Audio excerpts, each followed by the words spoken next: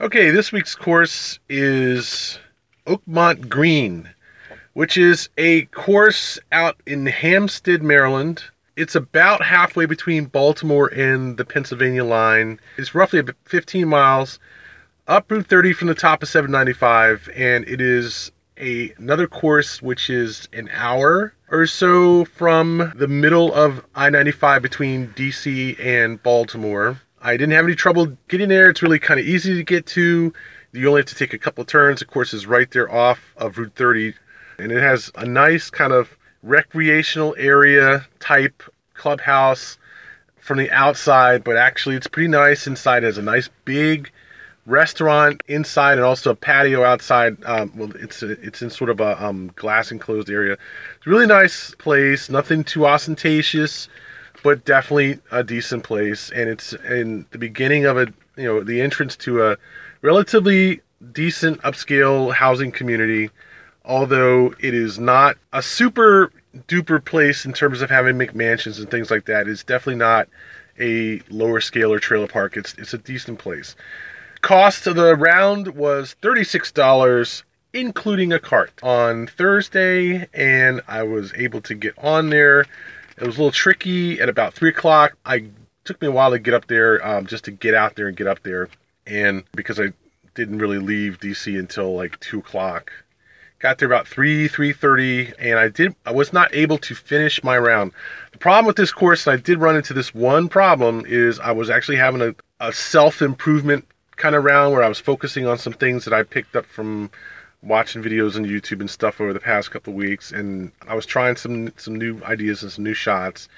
So I actually let a couple of people pass me off the tee, and they had a tournament, so we had to start on the back tees anyway. And then it just is an interesting course. This course is a 6,500 yard course, slope 131 from the back tees. I ended up only getting to play 17. I didn't get to play number 9. And number 8 is a nice, challenging par 5, probably undoubtedly one of the more challenging holes in the course. And I got to the tee box, and it was already getting kind of dark. It was too dark to really get the focus to work on my camera, so I apologize for the fact that a lot of these shots are going to be blurry, and I should have stepped down the exposure, and I forgot about that. But anyway, by the time I got to the green on that hole on number 17, it was just too dark to be playing. I hit my approach shot, and it went over the little lake there. There's a blind shot. You can only see the flag really from the fairway, and it goes uphill to the top of a mound that borders the lake, and there is a section of waste there that's about knee high. And that's enough to block the green. You can't see anything unless you're right there, next to the green. So I took a couple of shots there next to the green, try to make up for that. But I hit my shot from the fairway, and it just disappeared over the lake, and I had no idea. I mean, I went back and tried to find it, couldn't find it. I don't know where it went, and so I just said fine. It's time to go.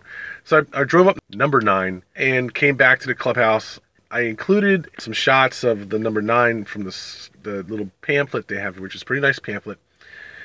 And just say basically that the course is largely flat.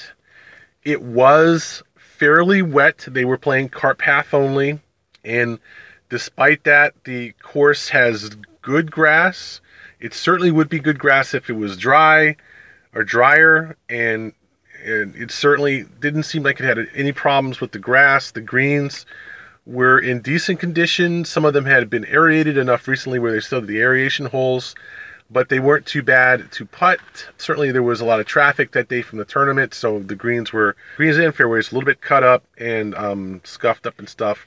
But generally speaking, it was a good course to play. I would call it a good course to work on your basic skill set, which I was doing.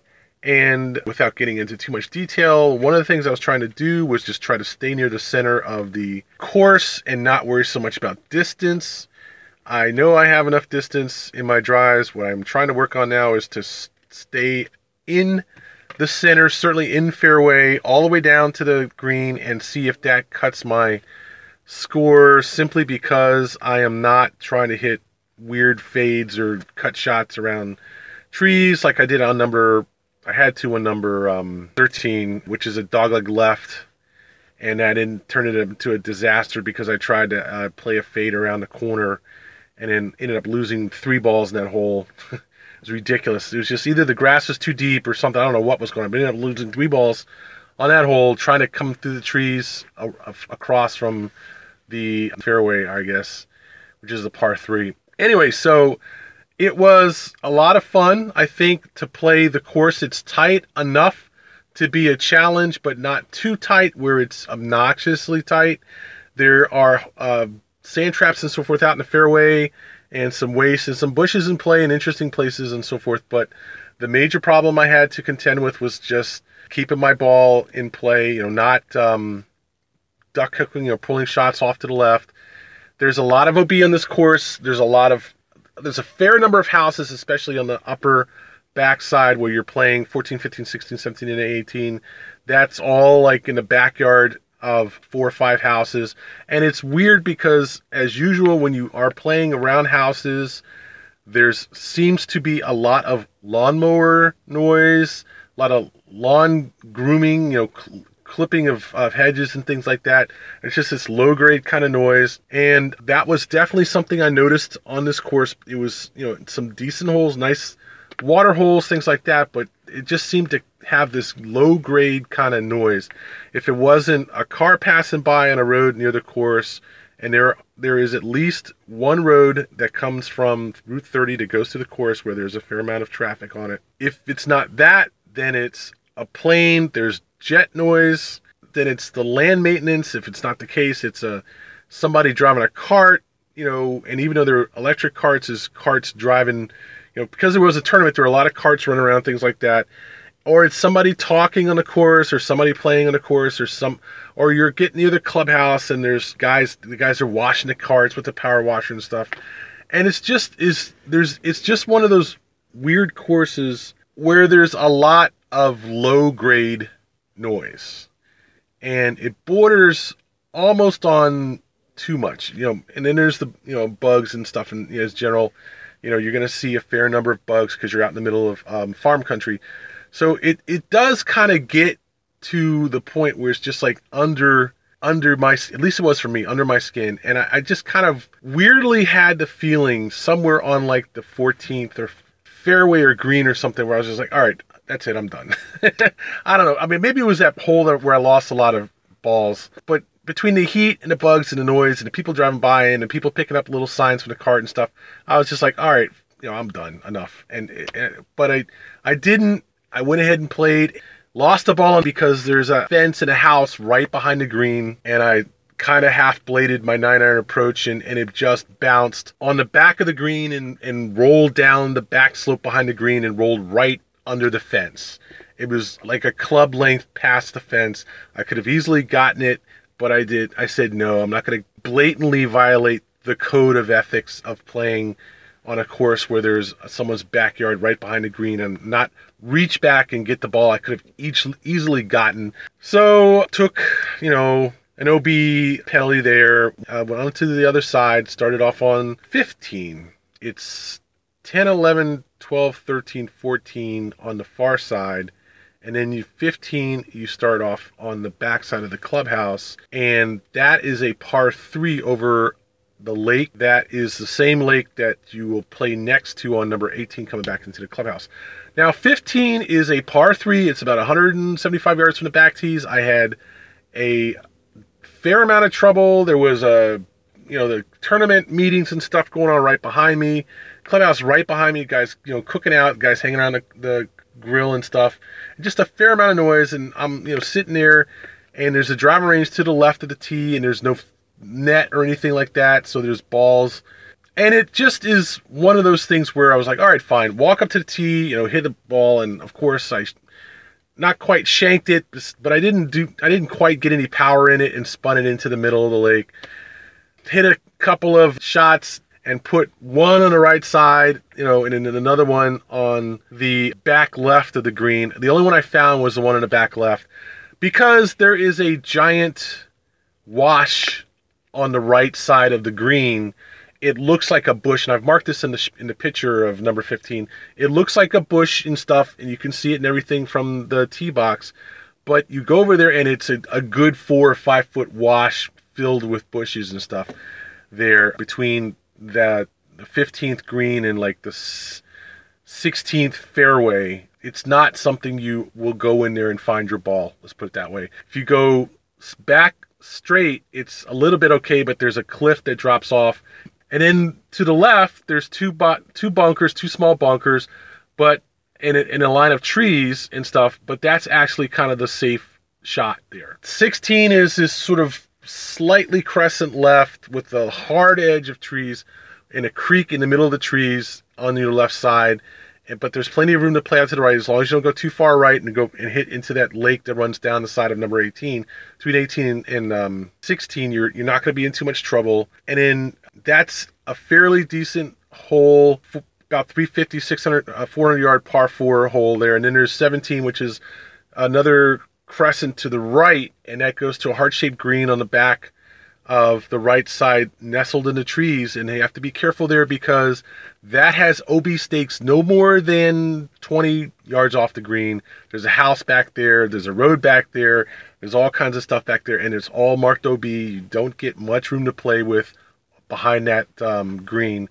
And then 18 is a really interesting par 5 because it takes a kind of 45-degree left turn and at the lake, it then goes down to the green, and the whole way down you have what looks like a lake, off on the right, but it's actually a fair amount of area over there towards the lake. It's not like where you can't see the fairway, suddenly the lake begins. It actually, there's a little depression down there, and it drops about 2 feet, and there's a fair amount of room over there.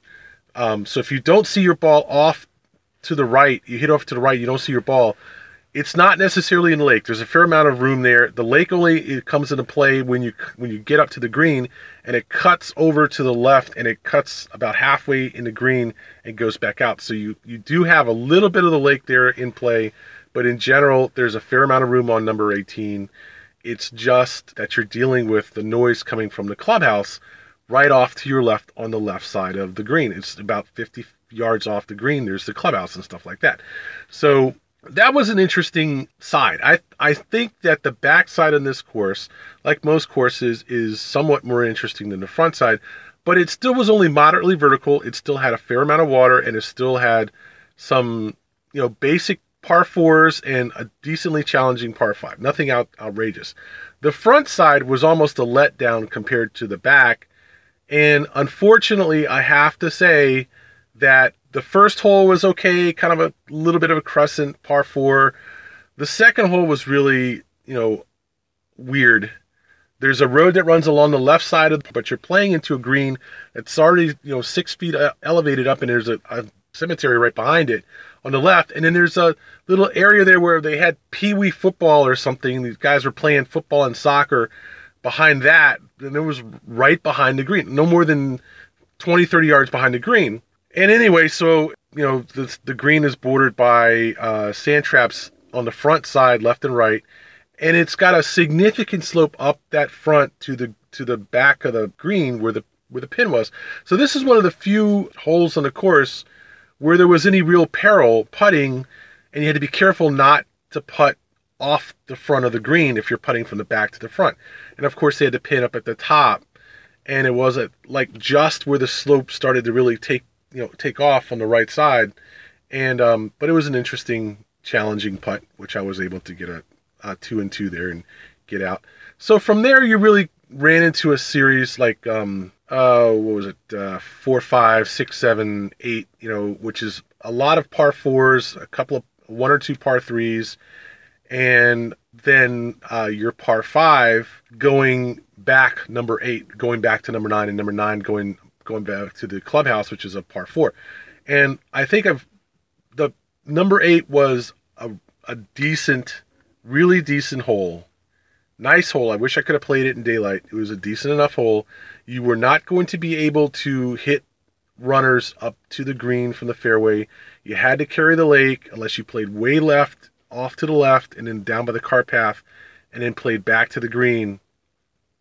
So it was a good challenge shot, good blind shot there, mainly. Unfortunately, the fairways were fairly wet, so there was a lot of puddles and stuff in the fairway. There were some dry spots, but there were some wet spots too. And I just had to do a lot of pick and place and stuff. But it was a decent challenge. Nothing too outrageous. No really big sand traps next to the green. No real swales or anything. No trees. Not too close to the green, but not too far.